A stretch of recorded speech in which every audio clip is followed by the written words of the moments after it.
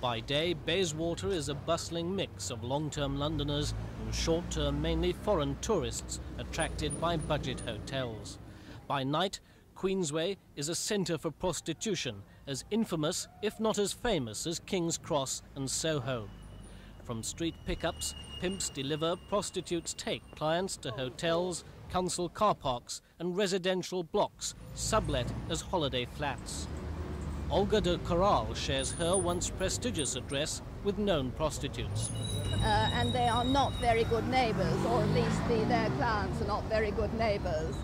But residents regard soliciting as the biggest nuisance. Well, I think the men object to being propositioned every time they go into a little shopping in the evening. That, I think, is unpleasant. The clients are not very sure who's a prostitute and who's not, so our female members are also being accosted all the time. And the general unpleasantness of seeing the pimps and the tarts hanging round. Inundated with complaints, Bayswater's man on Westminster Council sees legalised brothels as the only answer.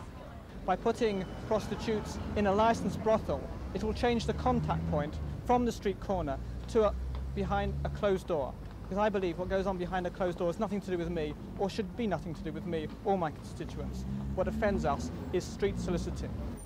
But despite an equal dislike of street soliciting, prostitutes don't want legal brothels.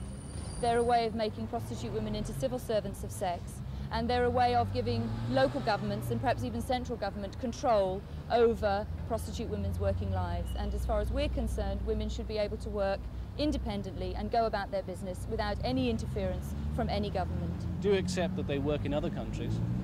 No, because they don't work. In West Germany, for example, where I have been, only 12% of women work in the legalised brothels, so 88% of women would rather be illegal than work in the horrendous conditions that there are in the Eros centres in West Germany. But without agreement on an alternative, Robert Davis predicts more street encounters of an unpleasant kind. David Bellin in Bayswater for Thames News.